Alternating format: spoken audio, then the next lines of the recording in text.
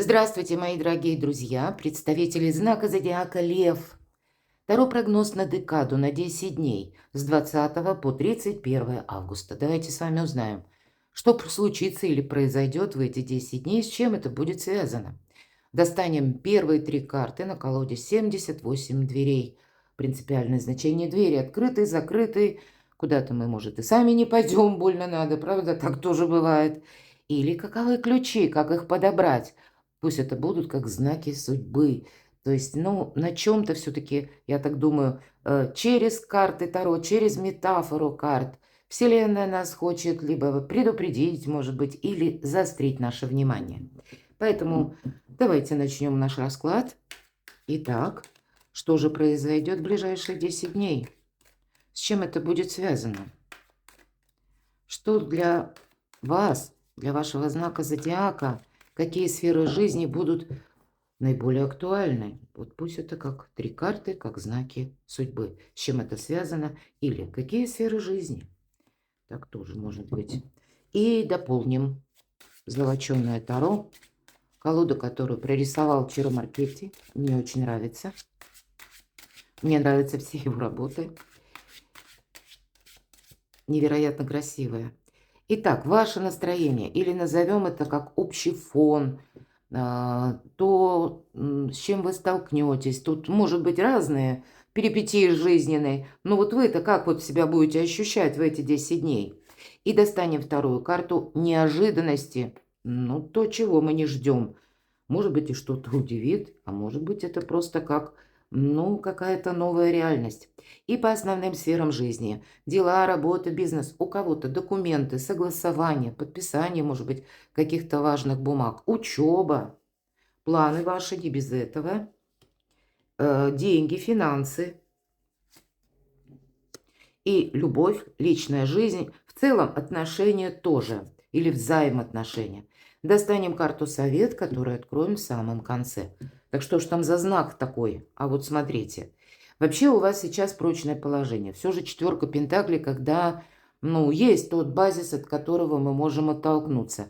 Но если мы про двери, вам тут предстоит какой-то ребус решить, я так вижу, который нужно ли вот как раз альтернативно, совсем не так решать, как вы это предполагали. Может быть, это какая-то обстановка, ну, даже дома, или это связано с вашими близкими, может быть, далекими родственниками, друзьями, вашими планами, мои дорогие. Все же Пентакли – это какая-то наша, ну, или наше действие, или деловая активность, или откуда к нам приходят деньги. Поэтому вот что-то вы тут такое продумываете. Может быть, это и вопрос по работе, когда вы слышите какую-то информацию, и вот теперь вы уже стоите и раздумываете, вот как эта девушка, да, и чего же мне делать с этой дверью? А дверь-то мала, а девушка велика. И вот она стоит и думает, может быть, долго стоит, и, кстати, по четверке пентаклей какая-то именно из-за этого может быть заминка. И вот ведь не задача, мы понимаем, глядя со стороны на эту карту, что и девушка не уменьшится, и дверь не вырастет. И если мы и еще внимательнее посмотрим, это я про альтернативный взгляд на вещи. Ведь если бы девушка поставила этот вопрос по-другому, как бы иначе, мне не просто нужно в дверь войти, и мы словно вот так замерев смотрим на эту дверь, может быть, она такая притягательная, знаете, как магнит действует. А вот если бы я смог или смогла, да, но в конечный-то какой результат? Вот как верховная какая-то мысль, цель, ради чего все это было задумано. Так вот, глядя на эту карту, мы понимаем, тебе же не просто дверь вот сама по себе нужна, а тебе нужно попасть именно вот в то пространство. И ей ничего не мешает просто взять и заглянуть для начала, а потом, хорошенько обдумав, распытав, что там творится, взять и перепрыгнуть, перемахнуть вот этот самый забор. Вот какая-то подобная тема. Ну, мы говорим аллегориями, мои дорогие львы, а вы переложите на какую-то свою жизненную задачу, которую вам, скорее всего, вы просто можете подзастрять, опять же, в каком-то стереотипе или в своей привычке, как вы привыкли решать какие-то вопросы, дела. А здесь нужно, причем легко и просто, и может быть спонтанно, вы можете решить какую-то очень важную тему, и она будет решаться по части, скорее всего, либо работы, я так, по крайней мере, вижу, или пусть она будет связана с домом, но, значит, дома какие-то дела, упираются, может быть, финансы, некоторые вопросы. Вторая карта Луна. Сама по себе Луна – это когда нет такого однозначного пути, или, так как, знаете, как шоссе широкое, вот как врата открываются, и вот мы по нему шествуем. Нет. Или ковровой дорожки, можем сказать и так. По Луне это 1000 неопределенностей. И часто на классических колодах карта Луна изображена как две колонны или две башни. И может показаться, что мы должны выбрать вот эту башню, а по сути дела мы не должны выбирать, мы должны как-то просочиться между. И здесь альтернативный, опять же, вариантом, говорят карты. И будь осторожен, все же эта карта призывает, если мы как знак судьбы даже рассматриваем, мои дорогие львы, знаете, самое простое, о чем я всегда говорю, избегайте толпы. Будь то это толпа на улице, знаете, вам в другую сторону, как бы вам не было, ну, как-то непривычно или, может быть, страшно. Меня несет толпа. Вот эта фраза, она достаточно опасная, потому что мы собой не управляем. Ваша задача от начала до конца. Это вы и режиссер, ну, где-то и кормчий вашего как и сценария, так и корабля жизненного. Понимаете? И если мы будем отталкиваться от каких-то наших прежних достижений, но тут далеко не уплывем. Или не получится что-то, кого-то удивить, может быть, а вам нужно скреативить, к примеру, что-то на работе. Ну, я как вариант. Или скреативить даже дома. Ну, какую-то проблему решить иначе. Или подойти к ней как-то иначе тоже. И с другой-то стороны, не поставить себя в какой-то момент опасности, понимаете, себя сберегать все-таки карта Луна. И то же самое мы можем повторить, избегая толпы, если, к примеру, на работе двусмысленные ситуации. Такое тоже бывает. Опять же, это может быть где-то и между родственниками. К примеру, когда делят наследство. Ну, извините, но я так вот конкретно, потому что в жизненных коллизиях, увы, такое бывает очень часто. Или какая-то подобная другая ситуация. Так вот и на работе может создаться две конфронтации, как два направления, две коллизии. Одна часть коллектива может быть за руководителя, другая против. Одна за какие-то перемены, новшества, введения новые, а вторая категорически нет. Вот вам нельзя примыкать ни к одним, ни ко вторым. Вам опять же между. Это вот я так поясняю, чтобы быть правильно поняты, мои дорогие львы, как мы можем вообще трактовать эту карту Луна. И нам художник ведь добавил конкретных таких, как бы, ну, визуализируемых пониманий, да. У нас изображена девушка, которая беременная, прогуливается по берегу. Она ожидает, будущее ждет своего часа. И нам показана дверь, которая под наклоном. Это прообраз Пизанской башни. Может сначала показаться, так же, как и у нас, могут быть сомнения. Сомнения очень присущи карте Луна. У нас могут быть сомнения, а надо ли мне в эту покосившуюся дверь вообще заходить? А тем не менее других дверей нет. Не просто надо, а необходимо. Вот что нам художник говорит. Поэтому дверь как бы на переднем плане изображена, а девушка на заднем. И пусть эта башня Пизанская падает столетия, она еще столько же простоит. То есть на сегодняшний день это место нашей безопасности, укрытия, надежное место. Каким бы ни выглядело оно, или какие бы двери нам странные не пришлось открывать, опять же, альтернативный вариант. И нет замка, нет ключа, есть ручка и страж дверей, хамелеон. Вам придется договариваться с хамелеонами. И здесь не получится чего-то однозначного. Вот эти две колонны, которые изображены обычно в классических колодах на карте Луна. Мы ни к одной, ни ко второй не должны примкнуть. Мы должны красиво пройти между. И при этом как бы для себя создать подушку безопасности или пространство для маневра, запасной аэродром, называйте это как угодно. Вот для вас эта тема очень актуальна по какой-то причине. Карта говорит, да, выглянет солнце, все встанет на свои места. Но пока мы смотрим 10 дней, не такой большой период. Но в данный период времени нужно себя сохранять. И все ваши планы, Да, здесь уже что-то вы можете по-другому как бы или сделать, или уже что-то просчитывать, планировать.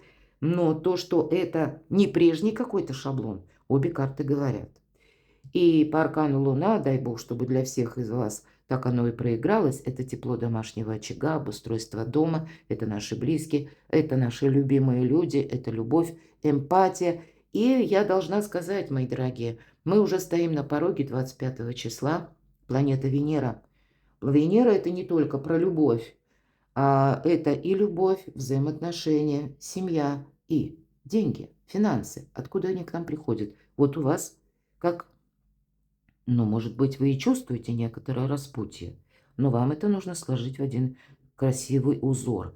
И 25 числа планета Венера из знака Рак перейдет в ваш знак зодиака. И пока Венера в Раке, мы говорили, просто потому что люблю, просто потому что мне так приятно, мне так нравится.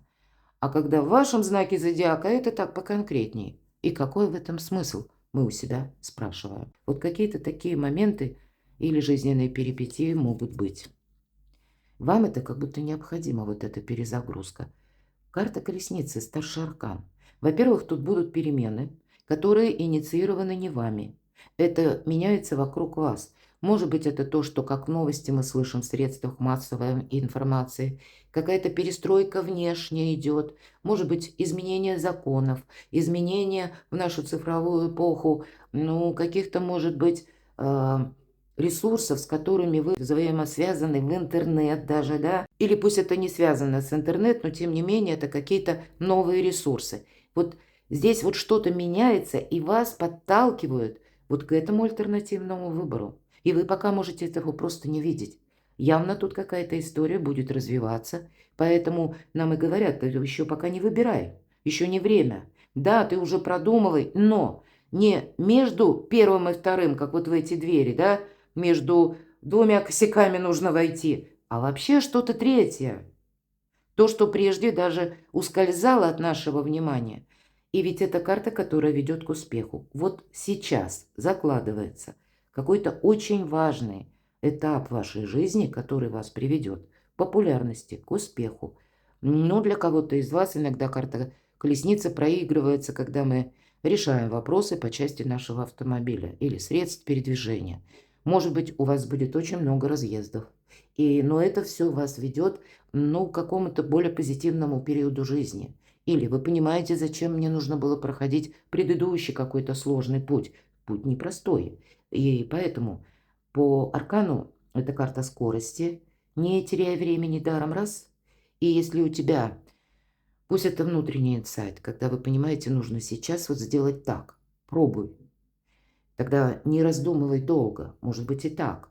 Но это должен быть тогда тот вариант, который, ну, не подходит под прежний шаблон. А может быть, для кого-то из вас просто необходимо быстро переключиться на какую-то сферу занятости, на другую сферу или тему вопросов. И в этом тоже может храниться или таиться какой-то успех. Ладно, общее настроение. Новый жизненный этап. И в нашей колоде у нас такой шут изображен, который жонглирует всеми знаками зодиака. Это как хаос перед началом творения, и еще творение не началось. Еще как будто, знаете, прошлое уже практически завершилось, какие-то последние аккорды, но будущее еще не родилось. И хаос – это у нас как прооснова всего. Это где-то и наша Вселенная, да, это можно расценивать как знак судьбы. Вот, может быть, поэтому Луна вам и выпала. И еще пока ты многого не видишь, но и по нулевому аркану мы воодушевлены, нам что-то нравится. Но и себя беречь, опять же, вот эта башня, совершенно необходимо. Но если мы говорим о настроении, хорошее настроение. И по части поездок, переездов, эта карта тоже говорит о том, что, скорее всего, придется как-то перемещаться. Мы можем даже планировать путешествие в неожиданностях. Тройка пентаклей. Ну, буквально, финансовое счастье. Куем. Любая тройка – это карта будущего. И это когда мы можем развить свои таланты по максимуму. Но мы пока еще на первом этапе жизненном, опять же, тем более нам уже, даже начиная с предыдущей колоды, нам об этом сказали. И это нужно сложить в какой-то красивый узор. По тройке пентаклей в неожиданностях это может быть, знаете, ну как проведение каких-то зачетов. К примеру, если мы про работу. Или когда вас от работы ну, могут послать на курсы для прохождения. Или, допустим, вы сами понимаете, вот для моей работы необходимо знание языка, причем такое свободное владение. И тогда вы начнете что-то изучать. По этой карте мы не только изучаем, мы сдаем экзамены, но иногда это жизненный экзамен, потому что прошлое завершается, а будущее это мы уже сейчас должны продумать. Причем у нас должно быть в запасе несколько вариантов. И оттолкнуться нужно от того, чем вам нравится заниматься. Скорее всего, какой-то выбор будет. Выбор, мои дорогие львы. И для вас очень важно не пойти в какой-то шаблон, а у самого себя спросить. Вот если мы даже по Венере, да, откуда к вам приходят деньги. А приходят деньги оттуда, когда вы занимаетесь тем, что вам нравится. И для кого-то это будет прямое указание «займись своим хобби». Сделай первые шаги. Попробуй монетизировать какой-то свой проект. Иногда эта карта говорит о первых шагах, и потом ты будешь это развивать, и кто знает, как вот этот дополнительный заработок, может быть, и в другом каком-то направлении. У кого-то может быть банально, вам интересно какое-то направление, которое связано с конкретным навыком. Тогда это тоже следует развивать, потому что в последующем, кто знает, то, что сегодня дополнительный доход, завтра будет основным. Вот правда какая-то перезагрузка. Будьте хитрее, будьте ловчее, будьте мудрее. По семерке мечей, ну нельзя тут опростоволоситься, прямо скажем. Нельзя тут расслабиться. И нам не говорят, что кругом враги, но, может быть, тут, знаете, каждый сам за себя. Нам вот уже показали, вы можете находиться, ну, даже если мы, опять же, переложим на работу. Может быть, там какие-то уже намечаются перемены, явных нет, а вот такие какие-то подковерные игры и есть, к примеру. Ну, или переложите на другую сферу жизни. И мы понимаем, нет, тут все неоднозначно. И раз неоднозначно сегодня, значит неоднозначно где-то будет и завтра. И мы пытаемся к этой ситуации тоже адаптироваться. И здесь вот лиса и молодой человек как будто расходятся в разные стороны, и оба оглядываются.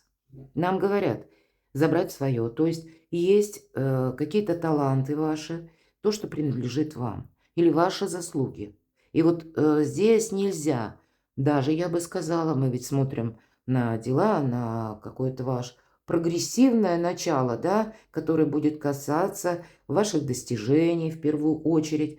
И, к примеру, у вас есть какая-то идея, не обсуждайте ее ни с кем. Попробуйте сами воплотить ее в жизнь. Или, наоборот, разработайте свою какую-то стратегию и тактику, потому что идею можно украсть. Тогда вот об этом нам будет говорить карта. Но, может быть, и какие-то другие двойственные ситуации, когда вам нужно быть и мудрее, и хитрее, опять же, и оставлять для себя пространство запасного аэродрома. Люди будут хитрить, и вам как будто тоже ничего не остается.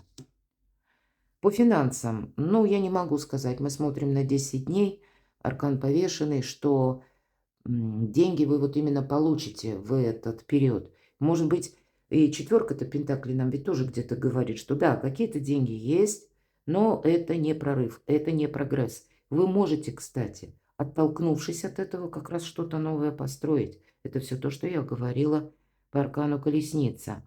Может быть, для кого-то из вас. Вот переход как раз Венеры из Рака в ваш знак зодиака. Вы будете решать по части финансов или, когда недостаток финансов вас может подтолкнуть к тому, что вы будете рассматривать вторичную занятость, вторичный доход. И тогда вам карты все дают совет. Подумай, Лев, чем тебе нравится заниматься. Или что ты умеешь делать очень хорошо. Или в чем ты вот себя видишь. Не, опять же, не в каком-то привычном варианте, а что-то новое, альтернативное. Но если банально придут деньги в эти 10 дней, я могу сказать, что если и придет, то это ну какая-то ожидаемая сумма, не сверх того. Отношения. Ну вот опять у нас денежная тема. А, знаете, у кого-то даже уже прогресс будет в эти 10 дней. Вы можете начать какое-то новое дело, новое направление и поймете, что, о, вот как раз где-то там финансы и можно заработать. Вообще туз пентаклей волшебная карта, потому что у нас тут и олень волшебный и пентакль у него как на рогах, словно он вам несет какую-то возможность. Конечно, эта карта будет как о поддержке высших сил, о какой-то доброй ситуации, которая в отношении вас складывается в отношениях. По части, может быть, решения некоторых вопросов по отношениям, даже если есть какие-то неопределенности, все же мы все разные. Но значит, возможности к вам идут.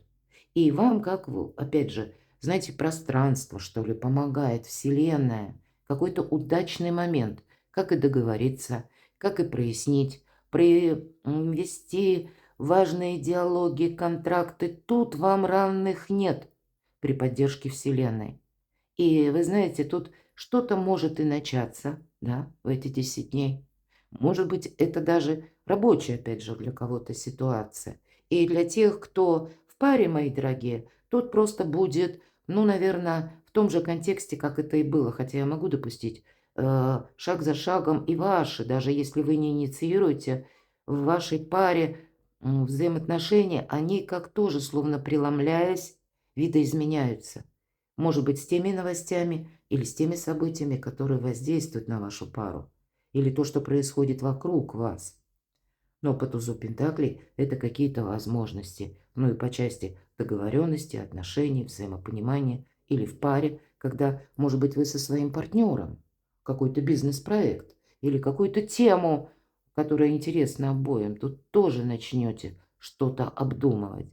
И побудительным для кого-то мотивом будет новость. Иногда туз Пентаклей означает именно новость. Совет. Ну, какой тут совет? Карта императрицы. Первое. Надейтесь сами на себя. Сохраняйте себя. Держать баланс. По сути дела, Венера сейчас на вашей стороне. И поэтому прекрасное время для себя прояснить вопросы взаимоотношений, любви. Понимать, куда мы идем дальше. Или поставить перед собой какую-то цель, например. Ну, может быть, и связанную с переездом у кого-то, почему нет? Или ваши достижения по построению карьеры, или как вторичный заработок, ну, самое разное. Все то, что касается благополучия нашего земного, это проходит по аркану императрицы. Но это еще и карта дипломатии, потому что именно помогает императрице желание себе не навредить. И, ну, пусть это спорно кто-то скажет, а тем не менее, худой мир лучше доброй ссоры. И вот императрица даже может договориться с несговорчивым императором. Вот у вас какие-то такие волшебные энергии, мои дорогие. Сохраняйте, приумножайте. И даже астрологически вот эта карта, как раз Венера в вашем знаке, продолжится еще почти на месяц вперед. Перекладывайте на себя, мои дорогие любимые львы. Я благодарю за то, что вы смотрите мои видео, за ваши искренние комментарии. Подписывайтесь на мой канал, оставайтесь со мной и будьте счастливы, будьте любимы всегда.